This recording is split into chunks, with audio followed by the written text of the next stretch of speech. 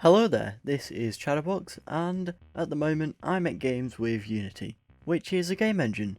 Unity's great, because it handles all of the complicated stuff, and allows me to only worry about making my own stuff. And so this means I don't need to worry about having to call a graphics API to render a texture on the screen, or load a file. But I've been thinking about making my own set of tools that I can make games with, or maybe adapting some current tools. Now, I don't really need to do this. I have other projects that I'd rather spend time on, but I keep seeing things everywhere about people making games from scratch, and people using frameworks to make things, and I just think that the world's trying to send me a message. The tipping point was mainly yesterday when I was looking through Bargie's Discord, and I saw that he'd made a small project in Raylib, a snake clone. And Raylib is essentially a beginner-oriented video game programming library. It provides essentially all of the functions that you need to get a basic game up and running, from importing textures and rendering them to the screen, and drawing fonts.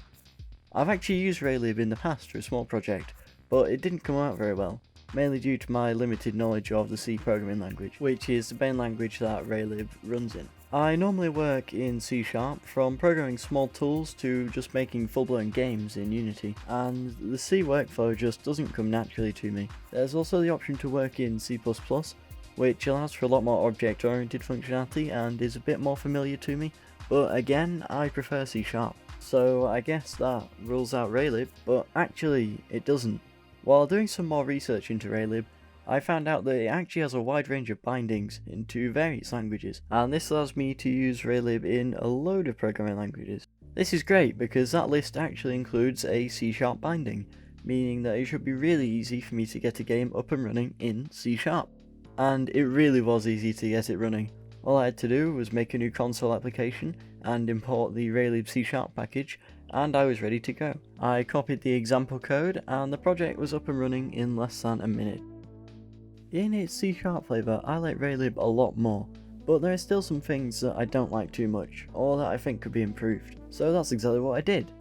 The Raylib CS source is available under the zlib open source license on GitHub, along with some instructions for manual installation. I struggled for a while getting the project running under the manual version, but that was because I was using an old version of Visual Studio that did not support .NET Standard, which sucked, but after about half an hour of reinstalling Visual Studio, I was ready. I imported the project and set about making some modifications to it. A major change that I made was moving modules into their own separate classes. So for instance, I grouped all of the Raylib virtual reality code into a class called VR. This is a lot more similar to the way Unity does things, and when I'm programming in Unity, I often find myself scrolling through suggestions for things in that class, trying to figure out what function I intend to use. And so by putting these functions into these classes, I can do essentially what I do with Unity, and it makes it a lot easier to work with. In addition to that, when I had a bit more code in the project, it also made it a lot easier to figure out what functions were from where in the project, and thus what they did much easier too.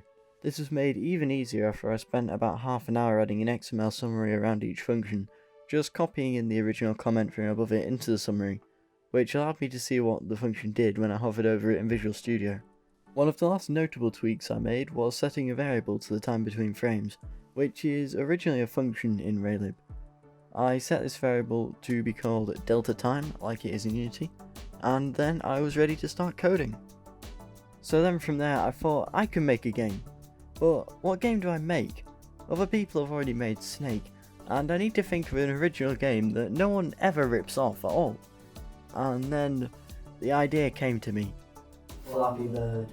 The most original game to remake. Absolutely no one has ever remade Flappy Bird. So I set to work. I started off using a slightly modified version of the example code. All it did was draw a green square on the screen at a given point. It didn't stay like that for long though, because I quickly expanded on it. From there, I allowed the player to jump. It took me a while to make the player jump smoothly, but that was because I accidentally left in some code that performed the jump instantly.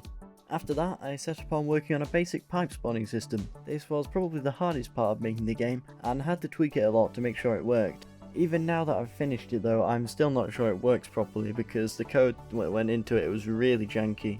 Once I finished the outline of the pipe spawning, I realised that there was actually no way for the player to collide with the pipes, because neither the pipes nor the player actually moved. I was originally going to make the pipes move and have the player stay in a fixed spot, but then decided that that was way too hard and I just moved the player instead. Because of this, I had to figure out how cameras work, which was quite interesting. I then set the camera to follow the X position of the player. After that, I increased the X value of the player's position every frame, and bam, we now have movement. But now we have movement, we have a slight problem, and this was the thing I was dreading: collision.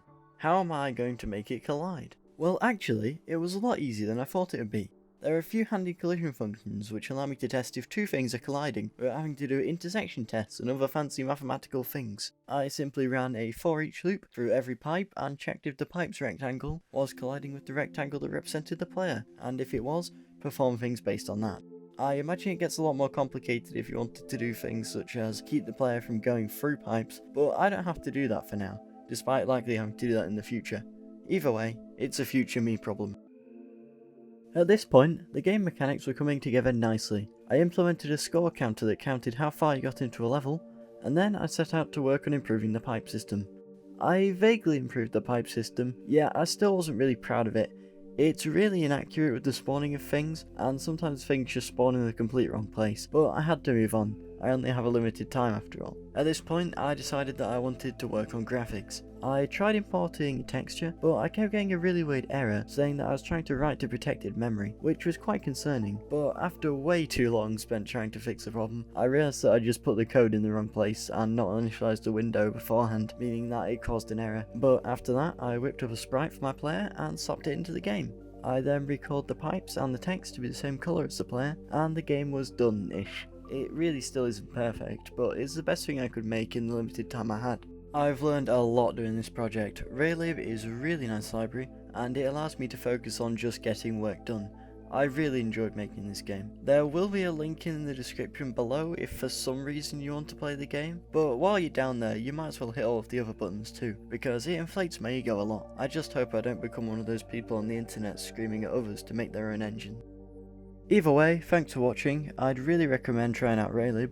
Also, a big shout out to Chris Dill on GitHub or Mysterious Space on Discord, because you've helped me so much with this project.